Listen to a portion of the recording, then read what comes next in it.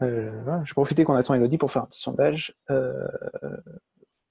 Est-ce que vous pourriez me dire d'un nombre en gros entre 1 et 10, mettons, quelle est, d'après vous, votre capacité, votre confiance à écrire des tests, pour que je sache à peu près à quoi je m'adresse. Et, vous pouvez le faire en chat si vous ne voulez pas parler, parce que c'est le matin et que c'est tout.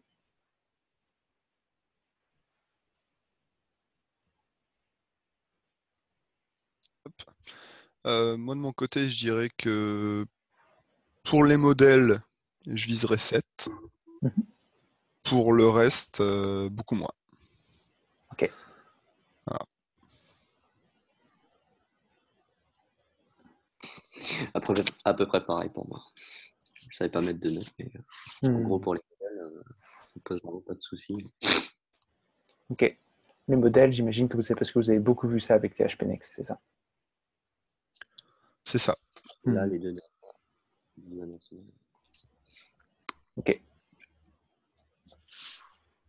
Un petit 4 pour Mathieu, ok. Mathieu, est-ce que tu fais des tests en JavaScript ou pas du tout? C'est jamais. Je sais que tu fais du front. Ok, ça aurait pu.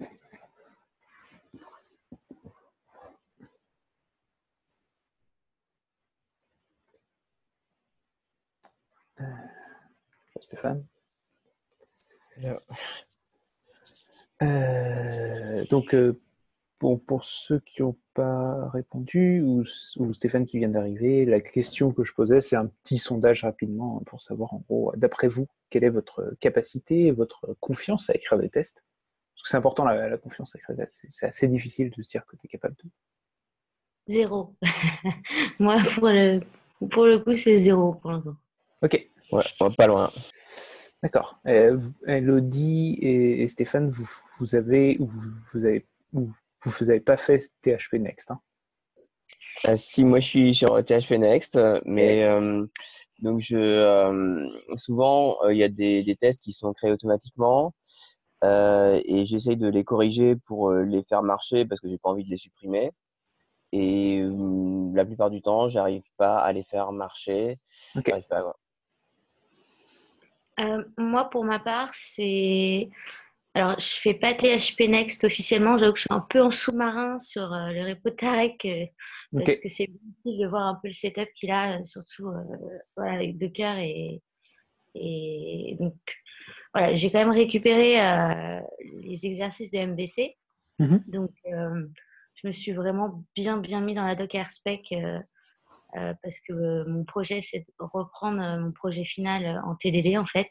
Ok. Du coup, voilà, là où je me gratte la tête beaucoup, c'est il faut trouver quoi tester, en fait. C'est juste ça qui est compliqué.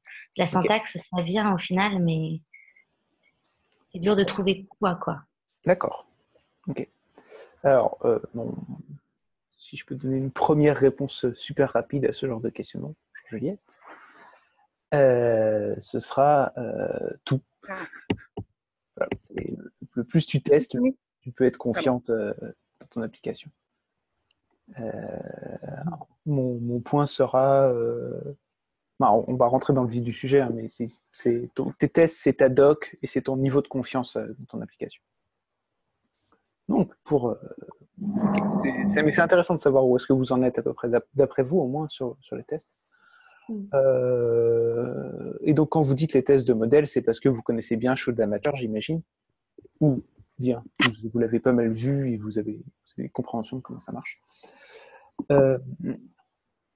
L'idée des tests, et là on va partir de tout en bas. On va commencer avec vraiment les tests unitaires, qui seront vraiment tes tests les plus simples, et on va parler de différents types de tests que tu pourrais faire ensuite. L'idée, c'est que ton test unitaire, il est censé tester une seule chose, une seule fonctionnalité de ton application, et une seule fonctionnalité plus même de ta classe, entre guillemets. Par exemple, si j'ouvre un test de modèle, spec, modèle, là, que vous connaissez bien normalement, hein. Je ne sais pas si vous avez regardé la vidéo de la semaine d'avant, c'est une app qui fait à peu près rien. Voilà, tu peux écrire des posts et supprimer des posts et éditer des posts. C'est à peu près tout ce que ça peut faire. Donc j'ai un modèle super simple, mais j'ai quand même des tests dessus.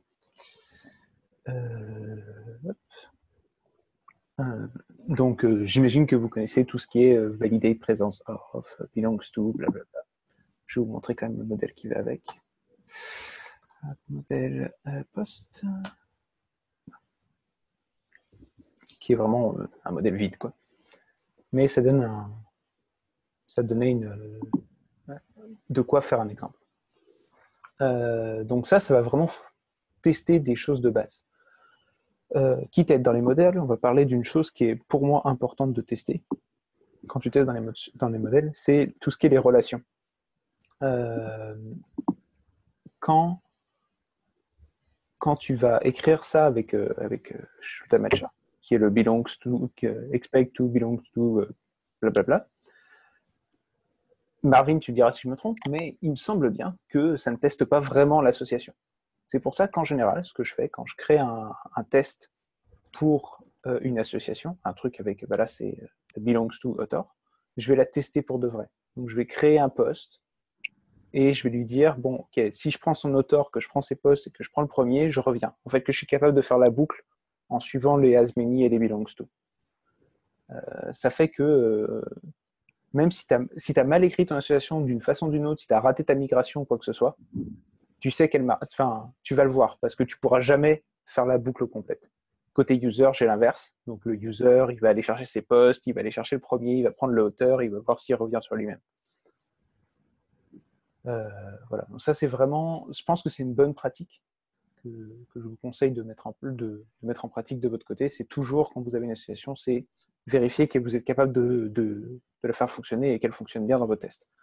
Ça vous évite que si jamais vous changez quoi que ce soit, si jamais vous faites des choses dans votre application, vous allez vous rendre compte qu'il y a un problème à cet endroit-là. C'est à ça que servent vos tests. Une fois que vous avez fait votre test, vous savez que l'association marche et qu'il n'y aura pas de problème à cet endroit-là. Et c'est pour ça que les tests, pour moi, c'est vraiment votre niveau de confiance, votre niveau de « je sais que ça marche, ça ne peut pas être ça le problème ». Parce que ça va y avoir des problèmes en production. Le code parfait, ça n'existe pas. On ship tous des bugs tout le temps. Et le moment où on va vouloir débugger, le moment où on va vouloir corriger, on va aussi regarder, bon, okay, qu'est-ce qui est déjà testé? Ça ne peut pas être ça. Qu'est-ce qui ça peut être d'autre? Voilà. Je ne sais pas si Tarek vous a déjà parlé de couverture de test. Est-ce que c'est oui. quelque chose avec SimpleCov? Oui, avec SimpleCov. Ouais. Donc, si on roule les tests, avec ta couverture. Donc, ça fait longtemps que je n'ai pas roulé mes tests sur cette app. Je ne sais pas s'il marche, on va dire que oui. Oui, il marche. Et si on ouvre la test. Voilà. Dedans, il y a pas mal de métriques qui vont pouvoir vous être utiles. Il y a le pourcentage de couverture, qui est votre confiance maximale dans votre application. Vous savez qu'au plus, vous pouvez être confiant à là, 100% sur mon app. Mais c'est au plus. Ça se trouve, je fais des tests qui ne servent à rien. Mais au moins, je sais que je suis passé par toutes les lignes de mon app. Il n'y a pas une ligne que j'ai évitée au code de mon app.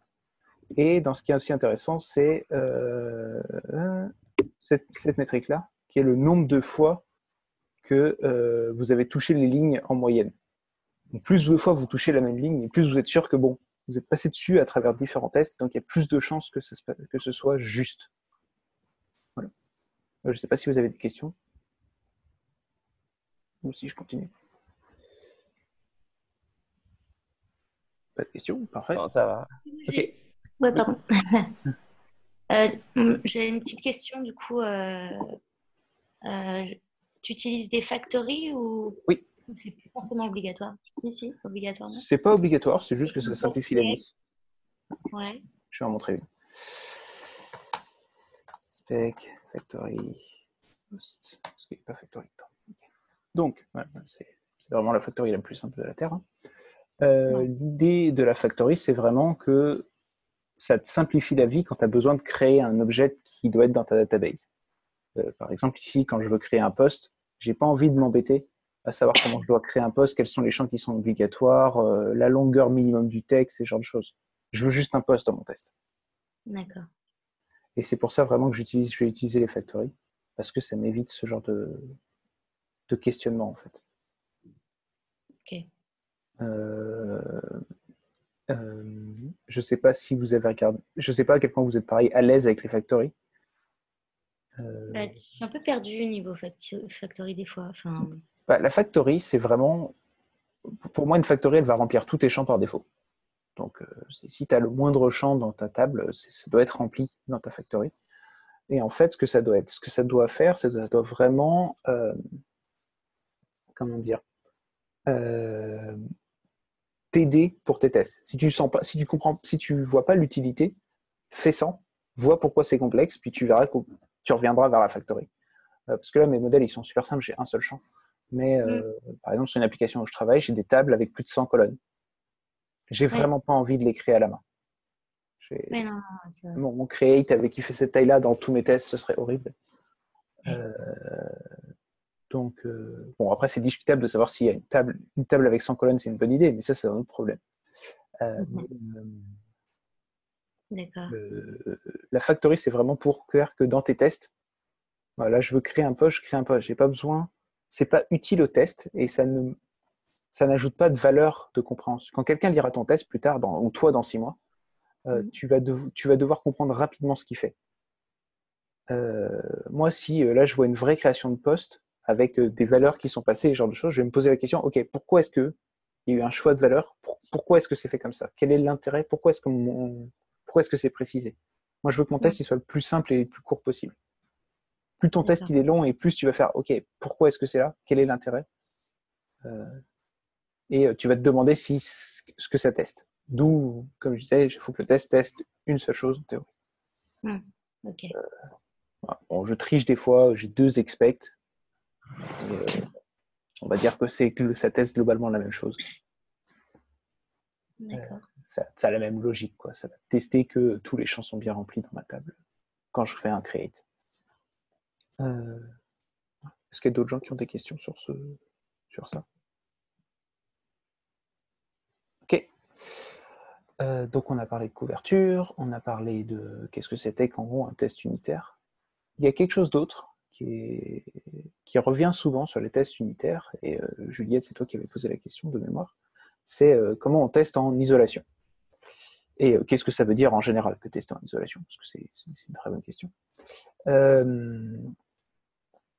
En gros, tester en isolation, ça veut dire que, mettons, j'ai un contrôleur qui, quand il reçoit un appel, alors je ne vous montre pas d'exemple parce que j'en ai pas un sous la main là tout de suite à vous montrer avec une belle isolation et ce genre de choses. Donc, j'avais commencé à en écrire un, puis je me suis rendu compte qu'il fallait que je fasse une app beaucoup plus complexe pour avoir un truc où ça faisait du sens d'avoir de l'isolation. Mais dans l'idée, imaginons, je disais, j'ai un contrôleur qui, quand il reçoit une requête, va vouloir faire un appel à l'API de Facebook pour obtenir un bout du graphe Facebook, va faire appel à un autre truc pour le découper ensuite, ce graphe Facebook, pour ensuite faire des inserts en database, pour ensuite, je ne sais pas, renvoyer que c'est OK. Bon, mon test, il teste. Si j'appelle cette méthode de contrôleur directement, mon test, il va tester beaucoup de choses. Il va tester Facebook. Alors, j'ai pas vraiment envie de tester Facebook.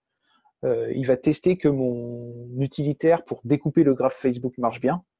Et il va tester que ça insère bien dans les modèles. En gros, il va tester 3 choses, dont Facebook que je ne veux pas tester, mon utilitaire que j'ai probablement testé ailleurs complètement dans mon programme, et que mes inserts de modèles marchent bien. Mais ça, c'est la logique du contrôleur, c'est normal que tu le testes, à mon sens. C'est toujours, je vais mettre des petits guillemets sur c'est moi qui pense comme ça. Donc, en gros, tester en isolation, ça va être dire, bon, je vais moquer et je vais faire comme si tout se passait bien quand j'appelais Facebook. Et tout se passait bien quand j'appelais mon utilitaire. En gros, je ne veux pas le voir. Je ne veux pas voir la complexité. Je ne veux pas que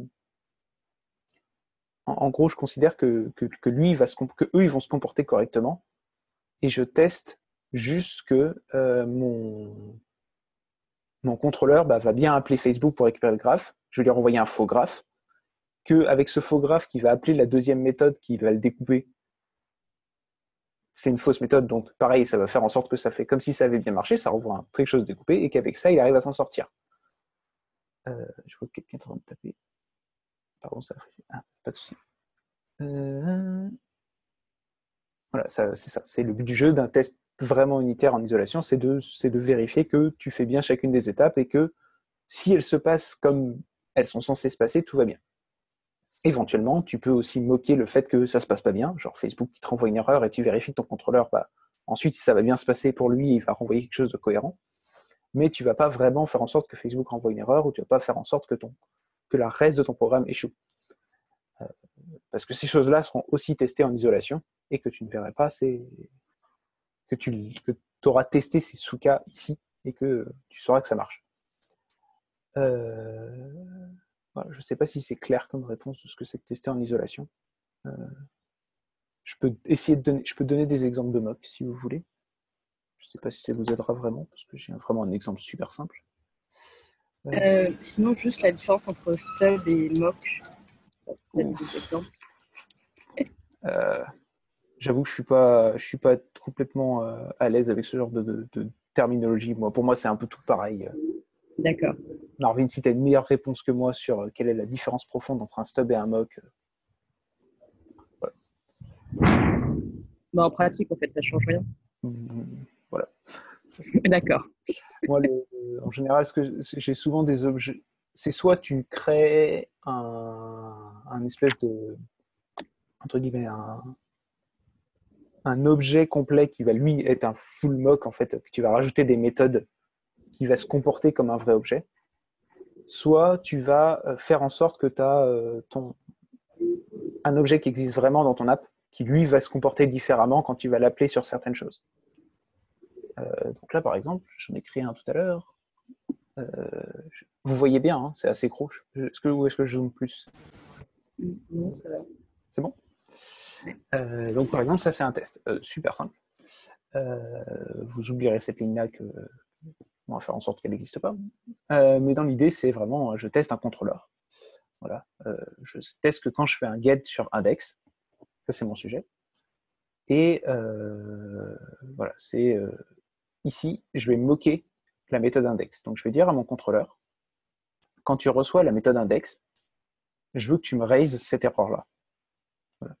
Et je vérifie que si jamais n'importe où dans mon contrôleur, parce que là la méthode index c'est juste pour le nom qu'elle est utile, parce qu'en vrai elle va forcément raiser cette exception, alors je veux que tu me répondes dans tous les cas, quelle que soit la méthode, ça. Voilà. Parce que du coup, je ne veux pas tester vraiment le contrôleur. Je teste plus un comportement global de mon contrôleur. Et je ne teste pas la méthode index en elle-même. Ça peut servir à ça aussi. Hein. Mais vraiment, la syntaxe, c'est vraiment ce genre de choses. Donc là, c'est pour ignorer les erreurs? Non, en fait, mon contrôleur... Attends. Contrôleur... Pourquoi il me récupère les mêmes modules, ça Add contrôleur... post-contrôleur. Ok, donc mon index, il fait plein de choses, et j'ai pas du tout envie de tester ces choses-là. Là, ce que je dis, c'est à mon contrôleur, si jamais tu reçois la méthode index, raise cette erreur. Donc, d'accord. Ce qui se passe, c'est que moi, je veux vérifier qu'il renvoie la bonne string, qu'il renvoie bien, le post n'existe pas. Et en fait, ce que je veux tester, c'est ça. Attends, c'est record.found, donc c'est cette ligne-là, en fait. C'est mon rescue from. Je ne sais pas si vous connaissez rescue from dans les contrôleurs. Ouais.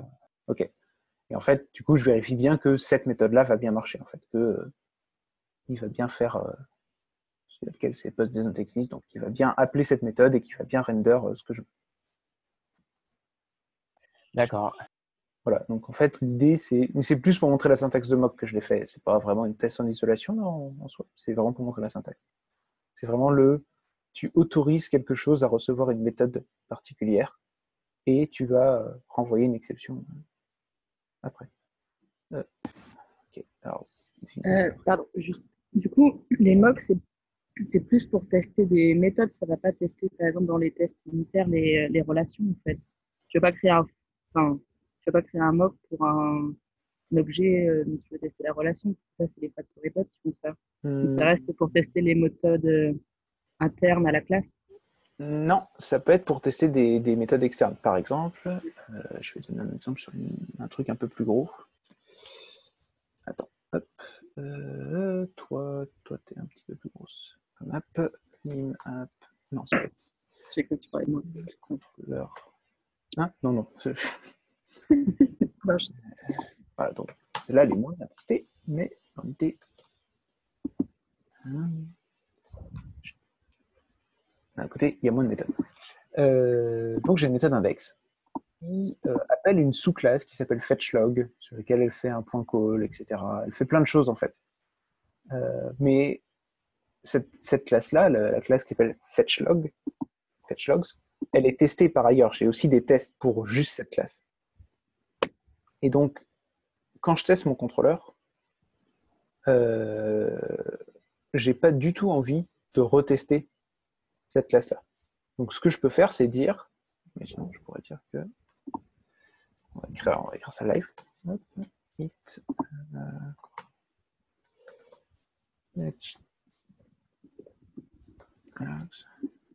avec F majuscule. Donc, ce que je pourrais dire que mon fetchlog, je vais m'attendre à ce que tout ici. Donc, je m'attends à ce que quelque chose, que ma méthode après l'appelle. Je peux éventuellement préciser les paramètres que je m'attends à recevoir. Donc, on va dire qu'il va recevoir une search string avec test 1 et qui va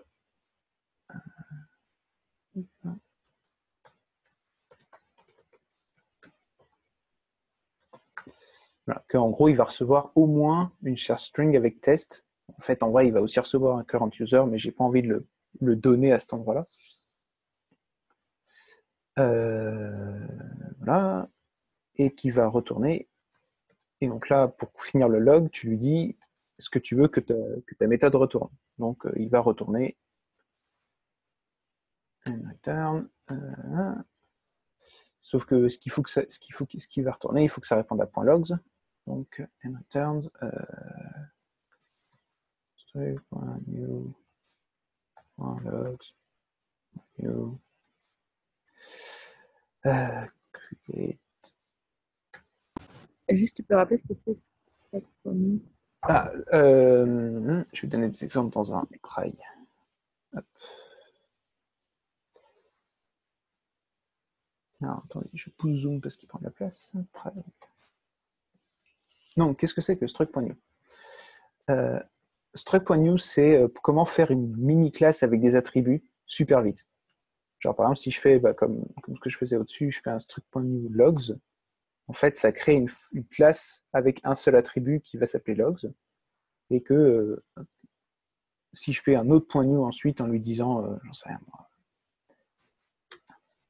logs, ça je le stocke dans un objet, je peux faire test.logs ensuite. Et ça renvoie la valeur que je lui ai passée ici. Voilà, c'est en gros, ça lui dit, tu vas avoir des attributs, et voilà leur nom, et voilà leur valeur. C'est un hash, c'est en fait comment transformer un hash en classe super vite. D'accord. Et là, j'en ai besoin parce que j'écris un texte, mais ça peut être très pratique pour avoir des vraies classes, en fait, plutôt qu'avoir, des vraies classes, je mets des guillemets sur vrai là, des vraies classes plutôt qu'avoir un hash, parce que manipuler de la donnée sous forme de hash, c'est pas vraiment très pratique, parce qu'il faut se souvenir des clés, etc., ça se comporte bizarrement des fois.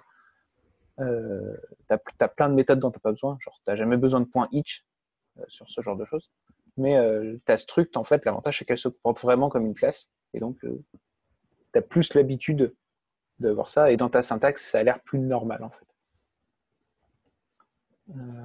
Mais c'était pas ça le point ici. Hop. Donc, je disais... Oui, donc là, je crée une nouvelle struct qui va avoir des logs, et qui va répondre create list Vous avez déjà utilisé create list? Oui. Ok, parfait.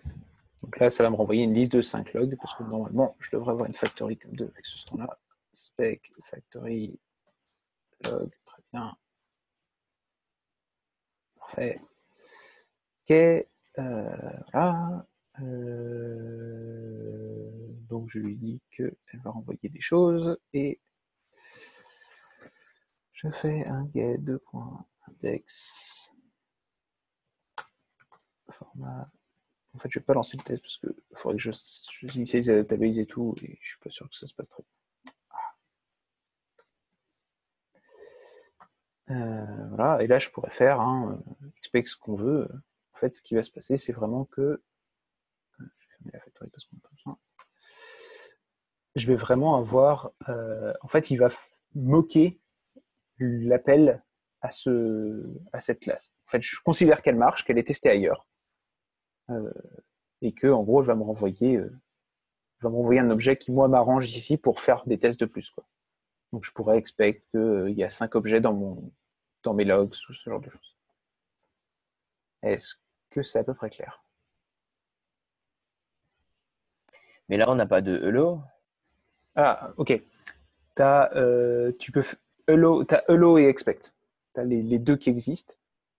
Si tu fais, ça pourrait être ça. Ça pourrait être hello, fetch log to receive, machin. Si je mets un expect à la place, ce que ça va faire que ça va rajouter un test qui va vérifier que cette méthode-là est bien appelée, qu'il reçoit bien .call à un moment dans ton appel de contrôleur. S'il ne le reçoit pas, ton test il fail. D'accord. Je comprends pas du tout comment elle fonctionne, la deuxième ligne. Là. Laquelle? Celle-là? Ouais.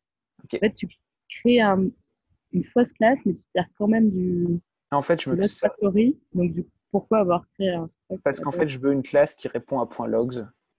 Parce que mon retour de .call, ici, je vais faire .logs dessus. Donc, je veux que le retour de mon call soit quelque chose qui répond à logs. Donc, j'ai besoin de créer une fausse classe qui répond à logs et qui renvoie une liste de postes. Je ne sais pas si c'est très clair. Je ne pense pas que ce soit très important. C'est plus que c'est pour que mon test marche, entre guillemets, mais comme je ne vais pas le lancer, de toute façon, ça ne sert pas à grand-chose. Mais... D'accord. Non, parce que du coup, fetchlog, c'est aussi une classe. Ouais. C'est une classe. Fetchlog, oui, okay. C'est ma classe fetchlog sur laquelle j'appelle la méthode .call avec plein d'arguments, machin. Okay. Voilà. Le hash including, je ne sais pas si vous l'avez déjà utilisé. L'utilisation que ça va avoir, c'est parce que des fois, tu veux vérifier que, je ne sais pas, tu veux expect que quelque chose ressemble à un hash dans un certain format. Donc, plutôt que tu peux faire .equal et tu peux mettre un hash including parce que tu ne veux pas décrire ton hash en entier. Tu veux juste vérifier un bout de ton hash. Voilà, donc là, je veux juste vérifier qu'il y a la string test, la search string test dedans, mais je me fiche du user. Voilà, c'est pour décrire des hashes partiels quand tu fais des tests. Je ne sais pas si je suis très clair. Voilà, ça c'est un peu l'interface des mocks. Je ne sais pas s'il y a des choses à rajouter, je ne lis pas le chat. Et à la fin, quand tu es ready, tu testes. Ouais, j'y viens à ça.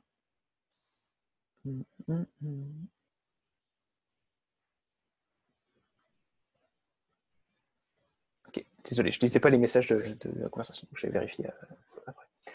Voilà, vous avez pas mal d'infos sur ce que c'est que les... Ok.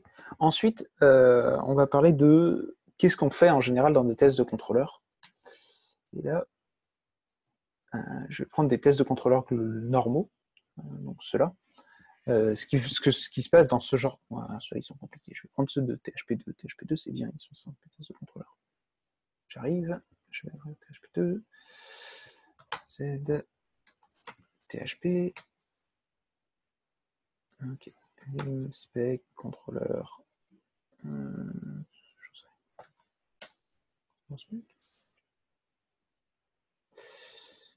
ils sont faciles. En gros, en général, tu vas aussi avoir des tests qui sont des tests qu'on appellera des tests fonctionnels. Donc, c'est des tests où tu ne vas pas moquer des choses. Donc là, c'est vraiment des tests où tu veux aller jusqu'au bout, ou toucher ta database et vérifier que ton retour de ton contrôleur il est correct. Tout à l'heure, ce qu'on a vu, c'était un peu intermédiaire, où on disait qu'on ne touchait pas certaines choses, mais etc. Là, c'est vraiment...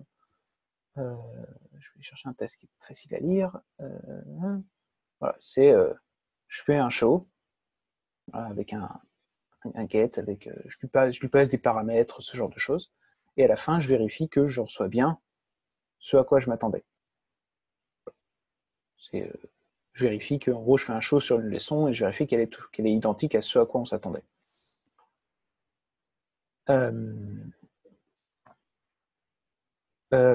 Voilà, ça c'est vraiment des tests qu'on appellera plus des tests fonctionnels. C'est des tests où tu vas vraiment toucher de bout en bout ton application, tu moques rien, tu veux tout faire fonctionner. C'est un peu ce que disait Marvin dans le chat, c'est la notion c'est l'idée que quand tu es prêt, tu testes en conditions réelles. C'est ça, tu vas vraiment tester tout. Tu vérifies que ça se passe bien jusqu'au bout. Bon, je mettrai un bémol sur tester des choses comme Twitter et Facebook qui te coupent au bout d'une certaine quantité de tests, et que normalement tes tests, tu les lances tout le temps. Donc au bout d'un moment, tu peux te retrouver à te faire bloquer, ce qui serait un peu nul. Mais dans l'idée, tu testes très très très très souvent, et donc tu vas te retrouver tu vas avoir envie à un moment d'aller tester jusqu'au bout, mais en général, les tests fonctionnels, c'est des tests qui peuvent prendre longtemps. Nous, nos tests fonctionnels, donc les tests vraiment de bout en bout de notre application, ils prennent, je crois que les dernières stats qu'on a, c'est 1h15. Ouais. Donc on ne les roule pas à chaque fois qu'on commit un fichier, on roule les tests unitaires de ce fichier-là, mais on ne roule pas les tests fonctionnels de toute l'app à chaque fois, parce que ce serait, on sauverait le fichier une fois, puis on attendrait 1h15, donc ce serait un peu nul. Est-ce que c'est clair? Ce que je peux rajouter, c'est que tes tests fonctionnels, en général, ils décrivent plus un comportement de ton application, là où tes tests unitaires vont décrire des comportements vraiment d'une classe, toute seule, en fait. Tu dis, bah, voilà, mes modèles, ils marchent comme ça, mon contrôleur, il marche comme ça. Voilà, puis vraiment, tu vas voir, en fait, voilà, mon contrôleur, il marche. Et si je lui demande de m'afficher un poste, il me montre un poste. Ou une classe ici, une leçon ici. C'est la même idée.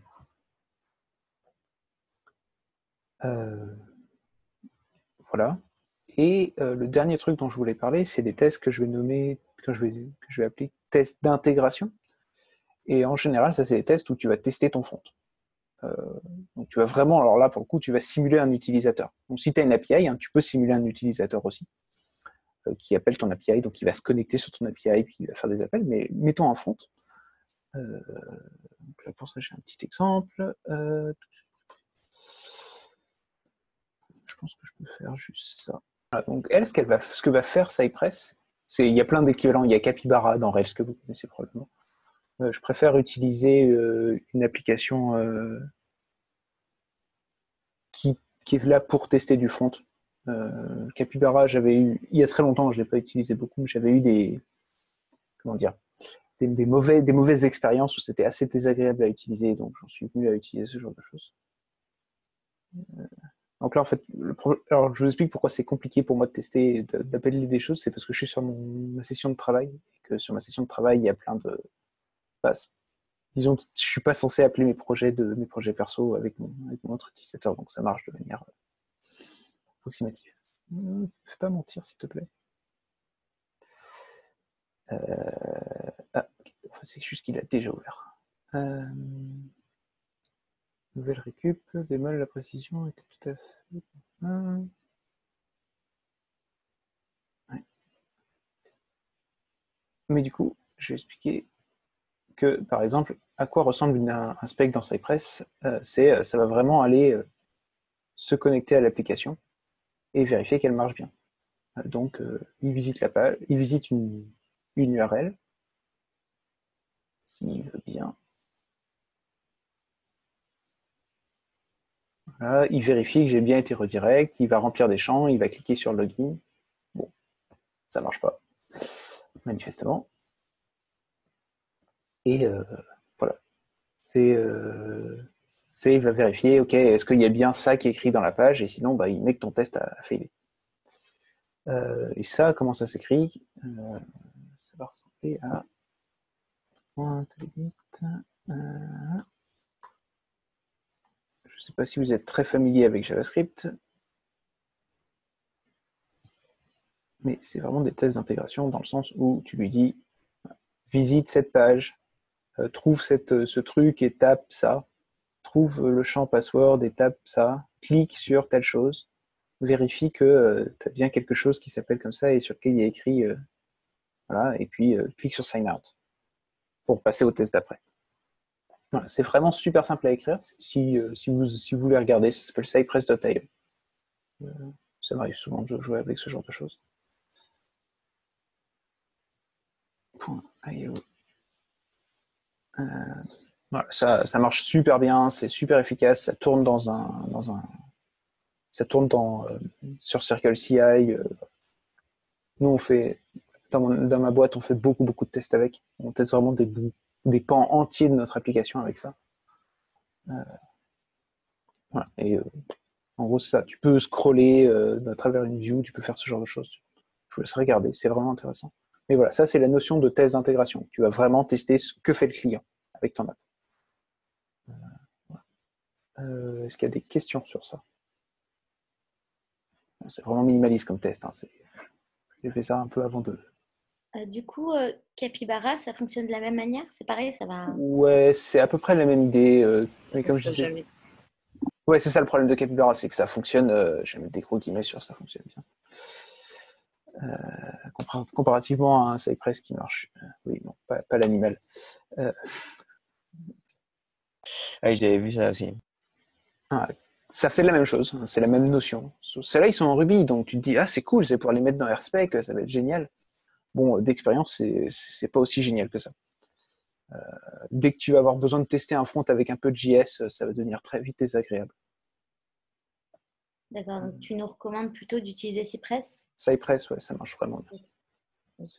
Puis comme je dis, hein, regarde, en termes de complexité d'utilisation, bon, ça devrait aller, quoi. Ça, c'est si tu sais faire des sélecteurs en CSS, tu sais récupérer des éléments dans la page, et après, bon, bah, tu as des points clic et des points type à peu près, et avec ça, tu dois pouvoir tester un gros bout de ton application. Voilà. Et should contain, il y a beaucoup de matchers, en fait, tu peux vérifier que oui, il y a bien ça, que ce truc-là devient bien rouge, etc. Tu peux globalement tout vérifier, et c'est assez simple à l'utilisation, je trouve. D'accord. Voilà. Donc, ouais, d'expérience. Hein. Capybara, moi, j'ai vraiment eu des mauvais souvenirs. Oui, tu vois l'exemple qui a l'air super simple, puis en fait, pas vraiment. Voilà, je ne sais pas si vous avez d'autres questions. Je pense que moi, j'ai fait pas mal le tour de ce que je voulais expliquer sur cette vidéo, en tout cas. Juste pour tester les API, Ouais. que j'ai vu qu'il y avait VCR et tout ça. Ah, VCR, ok, oui, effectivement, je peux parler de VCR. Avant, désolé Stéphane, j'ai trop volé l'écran. Hop. VCR, oui, ça peut être très utile. Est-ce que j'ai un exemple facile de ça sous la main? Oui, j'ai un exemple facile de ça sous la main. C'est des Désolé. Project. Okay. Donc, ça c'est vraiment un Ruby 2.4, parce que je ne l'ai pas maintenu à jour, mais dans l'idée. Si tu regardes les tests, specs, c'est bien, mettons toi, ici, il y a un petit VCR. Ce qui se passe, c'est que tu te connectes une fois. En fait, pour ce qui est d'appeler Twitter, appeler Facebook, etc., VCR, c'est une gemme.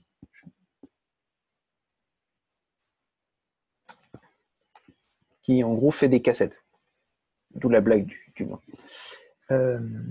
Et ce qui va se passer, c'est que tu vas vraiment faire l'appel une fois vers l'API de Facebook, de Twitter, et plus jamais ensuite. Ensuite, tu auras record ce que va faire ton appel, et puis tu vas le réutiliser à chaque fois.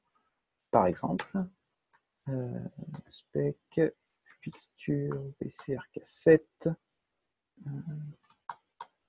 Je vois pas parce que zoom est tout mieux, parfait.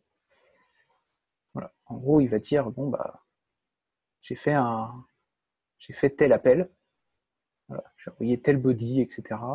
Et il m'a renvoyé ça.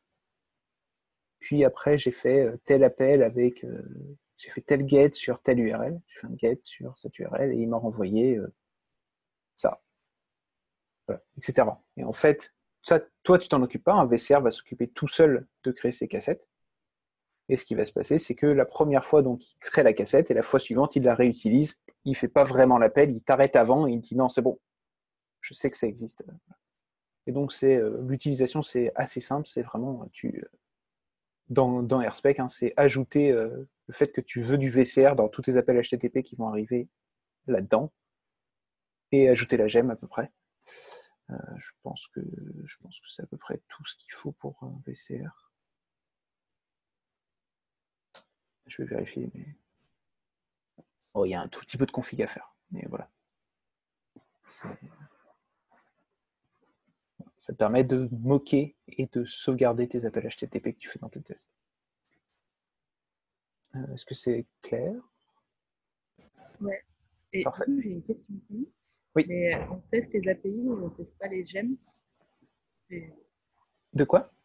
On teste les API, mais on ne teste pas les gemmes, par exemple. Bah, les gemmes, tu les testes. En gros, tu vas tester ton utilisation des gemmes.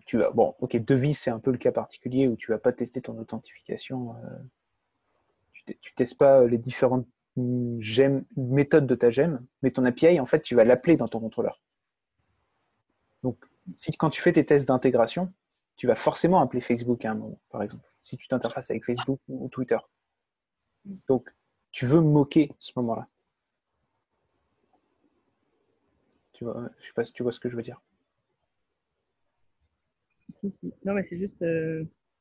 Oui, de toute façon, les gemmes, on voit si ça fonctionne ou pas. Bah ouais, et puis regarde là, en fait, quand je fais mon test de front, ah, pourquoi? Ok. Il veut pas que je fasse un coup. Très bien. Ce que je fais là, c'est que quand dans Cypress, il va tester de ce login. Donc en fait, il va tester mon, comment ça s'appelle, il teste Devise. Parce que moi, c'est Devise que j'utilise pour me login. Tu vois. Donc en fait, en vrai, tu vas le tester. Parce que quand tu vas tester ton app en entier, tu vas tester tes différentes gemmes. Tu vas voir si ça marche, quoi. Ce que disait Tarek, par exemple, c'est que sur des gemmes qui sont assez safe, qui sont maintenues régulièrement, on n'a quand même pas besoin de repasser derrière parce qu'elles sont déjà testées normalement, non? Oui, tes gemmes sont testées. En fait, ce qui va se passer, c'est que tu ne vas pas vraiment tester la gemme en elle-même, tu vas plus tester des comportements globaux de ton app. Donc ça se trouve, c'est pas que la gemme ne marche pas, c'est plus que ton utilisation de la gemme n'est pas bonne. Oui, voilà, si on l'appelle bien, en fait, si elle fait bien le boulot qu'on lui demande. Mais tu vas le voir, parce que quand tu vas tester ton app en entier, tu vas forcément voir forcément, non. Tu vas voir les problèmes que tu as dans ton app. Une partie, en tout cas. Ok. Ouais, parce que, comme je dis, il va y avoir des bugs en production, quoi que vous fassiez, vous serez obligé de les corriger plus tard. D'ailleurs, la solution, en général, c'est quand un client rapporte un bug, très bonne pratique, tu commences par faire un test qui reproduit le bug, qui échoue, tu corriges le bug, tu vérifies que le test passe maintenant. Et comme ça, ton bug, tu es sûr qu'il n'arrivera plus jamais. Ou pas de cette façon-là, en tout cas. Ouais, parce que du coup, tu as écrit le test, voilà. il serait de le passer à chaque fois pour... Tout à fait. C'est une très très bonne pratique. Hein. C'est vraiment... c'est pire que de la TDD, Marvin. Là. C'est plus du... Ouais, c'est de la TDD, mais c'est de la TDD de bug. C'est vraiment un truc que font pas tous les devs. Et c'est vraiment une super expérience. C'est commencer par écrire le test. C'est ce que je veux faire en fait, avec mon app. Et ça paraît un peu compliqué. Enfin, parce que du coup, on est d'accord que tu fais des allers-retours. C'est-à-dire que tu commences tes petits tests unitaires dans l'ordre sur tes modèles, par exemple. Mm-hmm. Et ensuite, tu vas coder tes modèles. Ensuite, tu reviens. Oui. Tu passes comme ta vie à faire des allers-retours, on est d'accord. Oui. Bah, regarde, moi, je travaille dans des interfaces qui ressemblent à ça. Hein. Donc, en fait, j'ai des écrans splittés où je vois mon test, mon contrôleur. Et c'est pour ça que tu as ça dans quasiment tous les éditeurs. Si j'ouvre un VS Code, tu peux avoir l'écran splitté pareil. D'accord. Voilà. Juste pour revenir sur VCR, j'ai vu que tu utilisé avec la TM WebMock. Ouais, en gros, WebMock, VCR, ça automatise WebMock. Ça va automatiser le fait que ça cache ton HTTP. D'accord. C'est en général, regarde là, tu vois, ça dit VCR utilise WebMock. Parce que je crois que WebMock à utiliser à la main, c'est vraiment pas simple. Et donc, tant qu'à faire, tu utilises VCR. Voilà. Est-ce qu'il y a d'autres questions? Est-ce que je pense que j'ai vu à peu près tous les styles de test, hein. Tu as vraiment 3 gros niveaux, hein. C'est vraiment unitaire, fonctionnel où tu continues de tester dans ton app, et intégration où tu vas tester ton app d'un point de vue extérieur. Et juste les tests de mailer. Tests de mailer. Qu'est-ce qu'il y a de spécial à savoir sur les tests de mailer? Tu veux dire les tests genre qui vont tester que tu as bien créé un job et ce genre de choses? Ouais, aussi. Et en fait, j'avais posé une question sur le Slack, je sais pas si ça a vu passer, où je me demandais comment on doit configurer le mailer pour l'environnement test, en fait. En environnement de test, il n'est pas censé envoyer des mails. C'est pas mal normal parce que, imagine, moi, les tests, tu les roules, je sais pas, 100, 200 fois par jour. Imagine, il envoie 100 à 200 mails par jour, c'est n'importe quoi. Enfin, c'est pas très pratique, quoi. T'as pas besoin d'envoyer tes mails, tu vas pas vraiment les regarder. De toute façon, c'est mails de test. Puis ça va être 200 fois le même. Par contre... Du coup, comment tu testes l'envoi, en fait, en lui-même? Tu le moques? Bah, c'est ça. Ça dépend de comment tu fais ton envoi. Soit tu moques ton mailer, ce qui est possible. Soit tu passes tes mails sont gérés par quelque chose comme Sidekick, par exemple, donc tes workers. Et donc, en fait, tes workers, tu les mets en mode test. Et en mode test, en fait, ils n'envoient pas vraiment les mails. Je dois pouvoir donner un exemple de ça.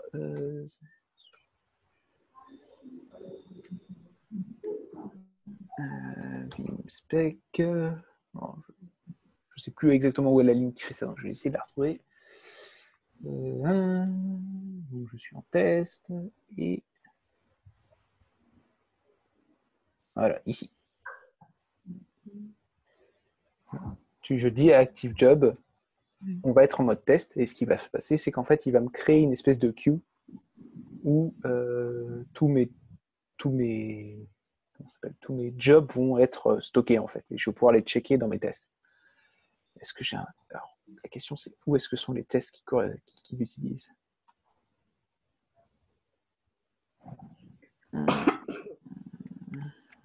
Là.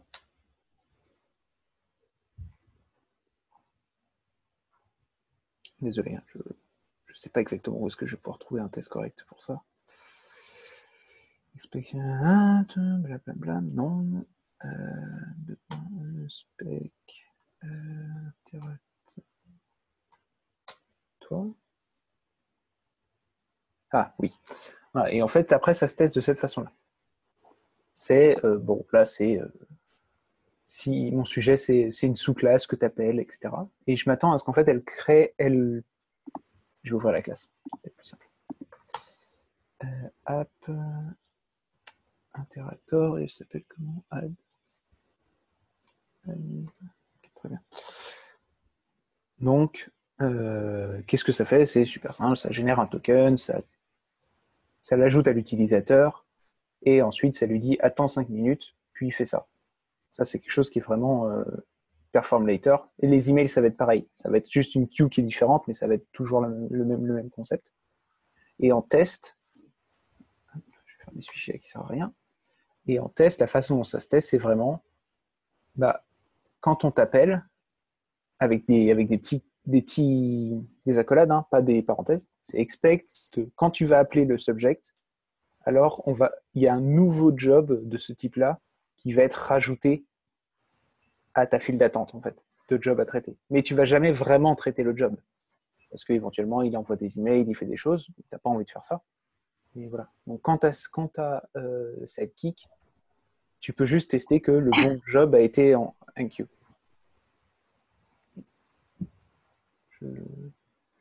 Est-ce que c'est clair? Donc, il teste que ça se déclenche, en fait. Que ton job est prêt à être parti. En fait, si tu avais Sidekick qui était branché là-dessus, il prendrait ton job et puis il le lancerait. Ok. Mais comme tu es en test, tu n'as pas un truc qui tourne et qui lance vraiment les jobs, donc du coup, il ne va rien se passer. D'accord. Et du coup, comment on teste la réception d'un email? Tu as plusieurs techniques. Je crois que MailDev doit permettre de le faire. Je crois, hein, je suis pas sûr. En général, nous, on teste assez peu la vraie réception d'email. On a des vraies personnes qui testent que les emails s'envoient bien. Mais c'est très difficile parce que tu vas appeler. En fait, imagine, du coup, c'est que tu fais quoi en test? Tu vas pas brancher SendGrid. Donc ça, c'est des tests d'intégration. C'est des tests que tu fais vraiment tout à la fin quand tu testes ton app pour de vrai. Et là, pour envoyer un mail, pour vérifier que ça marche bien, tu l'appelles une fois et puis tu vérifies que ta config d'email, elle marche bien. Tous les autres, ils vont utiliser la même logique. En fait, ils vont tous appeler SendGrid. Voilà. J'imagine que doit y avoir un moyen d'avoir des outils externes qui te permettent de checker tes emails, de les recevoir, de regarder si l'HTML dedans est correct. Je n'en ai jamais mis en place. Ça existe sûrement. Mais, je pense qu'on peut le faire avec MailDev, ouais.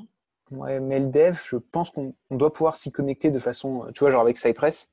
Et Cypress se connecterait à MailDev et regarder tes mails dans MailDev pour vérifier si tu l'as bien reçu et s'il a bien tel format. D'accord. Ça commence à devenir un peu plus complexe comme niveau de test. Voilà. Est-ce que vous avez d'autres questions? Est-ce qu'il y a des questions dans le chat que j'aurais raté?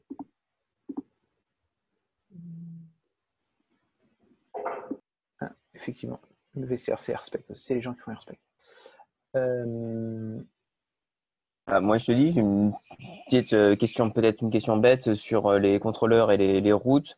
J'ai lu quelque part qu'il fallait, que c'était pas pertinent forcément de tester les routes. Qu'est-ce qu'on entend par tester les routes? C'est tester ton routing en lui-même, tester que tes routes. Juste à la création du contrôleur, il y a des tests qui apparaissent automatiquement. Donc, tester qu'on obtient bien l'index quand on va sur la route de l'index et tester qu'on a bien l'affichage du show quand on va sur une route show. Ok. J'avoue que moi, les routes, je les teste jamais. Voilà. À moins que j'ai vraiment quelque chose de bizarre dans mes routes, je les teste pas. Je pourrais, comme j'ai souvent des tests d'intégration, donc des vrais tests qui font des tests de bout en bout, hein, je vais voir si mes routes, elles marchent pas. Ça va être évident, en fait. D'accord. C'est bon. Est-ce qu'on a fini les questions? Est-ce qu'on fait le débugage d'un test de contrôleur? Éventuellement, peut-être quand on a... mince. Oh, mais ça y est, je me retrouve plus le terme. Bon, ouais, je retrouve pas. C'est pas grave. Tu me poseras la question si tu la retrouves. Ça marche. Et oui, Marvin a raison. Shoulda Matcher permet de faire des tests de route. Encore une fois, est-ce que ça vaut le coup? Je ne sais pas. Je vais faire un petit mouvement de tête en disant c'est douteux. Voilà. Trop de tests, ça a des défauts aussi. Ouais, tiens, parlons-en. Faire trop de tests, ça va quand même avoir le défaut de dès que tu vas falloir faire évoluer ton application, parce que ton application va changer, le besoin va changer, tu vas avoir beaucoup de tests à maintenir. Bon, si tu as beaucoup de tests inutiles, ça peut être coûteux. Voilà. Bye Olivier. Voilà. Donc, je vais arrêter de partager et comme je disais, je vais te regarder avec Stéphane si on peut débugger son contrôleur. Je pense qu'on va pouvoir parler de 2-3 trucs. Ouais, éventuellement. Je vais arrêter l'enregistrement du coup.